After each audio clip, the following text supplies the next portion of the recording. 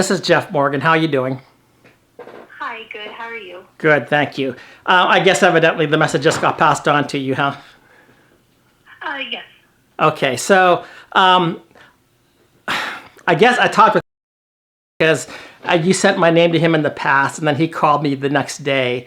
So I had his number in my in my phone, so I gave him a call too. Now, I guess my understanding is, well, I'll tell you what, let me forget about that and tell me what I don't know, because to me, I just thought that with plenty of time that this would have been looked at. And I mean, I think it's very clear that she violated the write-in candidate rules.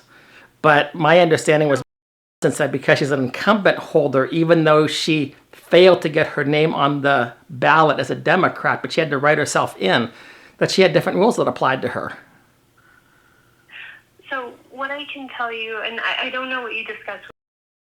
Right. No, I understand that. As far as what I can, what I know that I'm allowed to talk to you about is whether or not the complaint is pending or it's been resolved in some way. And right now the complaint is still pending. And I know, like we talked about before, I know that doesn't give you much information, but that's just, those are the rules and the constraints that are put upon me as to what I can convey to a complainant about any filed sworn complaint. So I apologize for that, but it is still pending at this point. Well, I see that your next commission meeting is December the 13th and the 14th.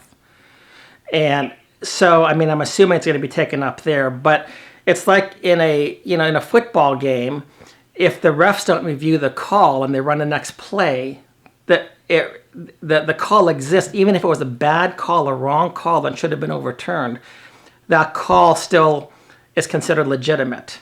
And my concern was this, is that she's been able to cheat the other two people that played by the rules, and she's going to be able to be a cheat and get away with it. I mean, it's kind of like if you had a race and you were in a 400-meter race, and Mary Brown only had to run 300 meters or 200 meters. It's a very unfair advantage because everybody else played by the rules. You had to be a write-in candidate no earlier than July the 23rd, and you had to close it up by sometime in August, and you were not allowed to raise funds until that time. And Mary Brown did just the opposite, and she's admitted to it. And there's an article right now in the Dallas Morning News about it. And so I mean, it's one of the things that she's up here. She's telling people she didn't get enough signatures. From everything I've heard, both parties investigated her, and they said that she submitted fraudulent signatures. I know you can't discuss this, and I'm not asking you to. I also work for the executive branch of the federal government. I know there are constraints on what we can communicate. But it's just frustrating to me that, especially when you talk about a judge who should be the model of justice and ethicalness, that a judge can engage in such practices as this and not be disclosed. And if she does win, which I'm not sure that she will or won't, but I mean, if she does win, it's because she's cheated her way in. And nothing's she'll get a slap on the wrist maybe, and then you'll probably have some law firms that will pay off her fines for her because the law firms are supporting her right now. But it just seems like a rigged system. And it's something that does not engender trust in the judiciary. And to be honest with you, I mean, I know that in my position, if somebody files a complaint against me, it gets investigated rather quickly. They don't have to wait for a quarterly meeting to determine whether I did something right or wrong. They look at that immediately. And it just seems like sometimes that, people say that justice delayed is justice denied. And when, like the scripture says, is that when a sentence is not executed swiftly, men's heart grow bold to do evil. They know, hey, wait a minute, if I cheat at this point in time, even if they file a complaint against me, it's not going to be resolved until I win. And I will have cheated my way into the election, to the seat. And that's just something that I understand your constraints. It's nothing that you can necessarily make any change about, but it's something that I think needs to be discussed. And again, even still, I understand that you have to abide by the laws that are in place. So I wanted to go and speak with the legislators about this, because I think that this actually needs to be changed, that is completely crooked and corrupt, and it's letting a judge get back in by cheating. A judge who is displaying unethical behavior, and then we're supposed to trust her as a judge. It doesn't make any sense to me. Anyway, I'm preaching right now, right? I mean, I understand you can only say what you can say, but I anticipated something. I didn't realize it was going to have to wait until December for this to be filed, or for this to be decided upon. And the Dallas Morning News has already run an article on it. It's not just here. And I can't say whether or not it's going to the commission in December. Not all complaints go before the commission. It's just, and like I said, I apologize for not being able to tell you more. No, I understand. And I know you understand that. But what we do is we send out quarterly letters. And if you prefer, I can give you a call, and I apologize for my voice. I've been sick. But we send out quarterly letters to give you a status update, whether or not it's pending or it's been resolved. And again, we can't say how it's been resolved, but the status is either pending or resolved.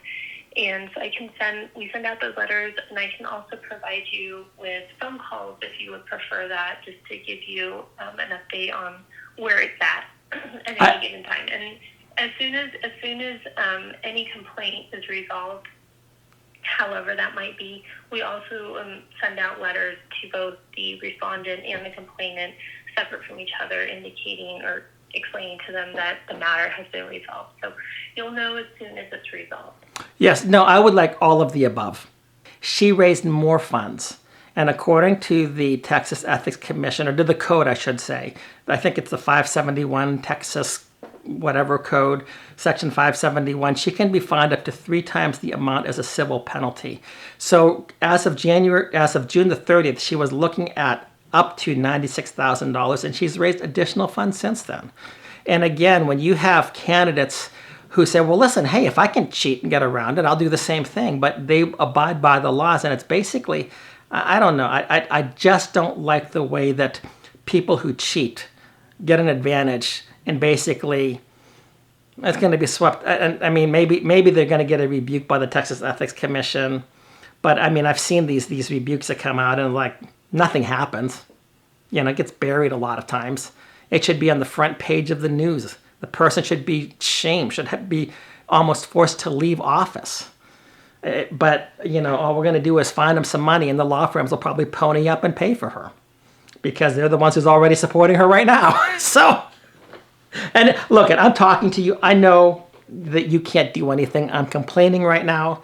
I know that you can't do anything on your end, but I did want to talk and find out, because I have people asking me what's gone on with this, and I've got to tell them exactly, what you've told me. And I think that it's doing. It's really undermining the public confidence in the judiciary. One thing, because we have an unethical judge, but then also too, when we have ethics commissions, some of these, when I file complaints with the state commission on judicial conduct, they regularly take over a year, and and justice, and then by the time a year later, they say, well, we really can't do anything about it. The case is improved. And I understand they have budgetary constraints and they have all sorts of excuses. But what it does is that it makes the judiciary, our entire third branch of government, something that we laugh at and mock and have absolutely no confidence in. And it's a very important matter. I mean, I know I have the 14 ethical guidelines as a federal employee that I have to follow. We get emails about this stuff. And, it's almost bordering on fraud to some degree. But anyway, what would be done, I think, would be considered corruption. But it is what it is. Appreciate you for calling me back. And do you mind is this a best number to call you in the future? Because I called up, your supervisor only because I had his number and I didn't have your number in here. Is this the best number to call you back at, or is this something that... So my direct line is, and I don't know if you've got a pen. Yes, I do have one right here. Okay. So my direct line is...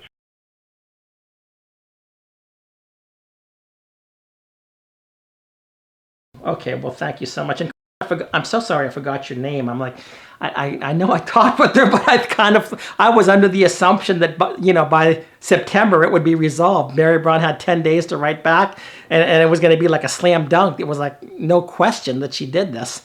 And then, but ignorance of the law is an excuse for her as a judge, I guess. I don't know. Anyway, so I just want to just say thank you for calling me back once again. You're always pleasant to speak with. Thank you. Thanks. Bye.